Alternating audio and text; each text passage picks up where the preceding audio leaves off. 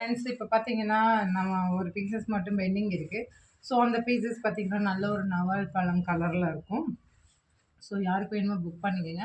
உங்களுக்கு கிளியரா தெரியுமா என்னன்னு தெரியல. இதுதான். ஸோ, இது பீசஸ் வந்துட்டு ப்ரைஸ் வந்துட்டு டிஎம் பண்ணுங்க. நான் கண்டிப்பா அதோட ப்ரைஸ் சொல்றேன்.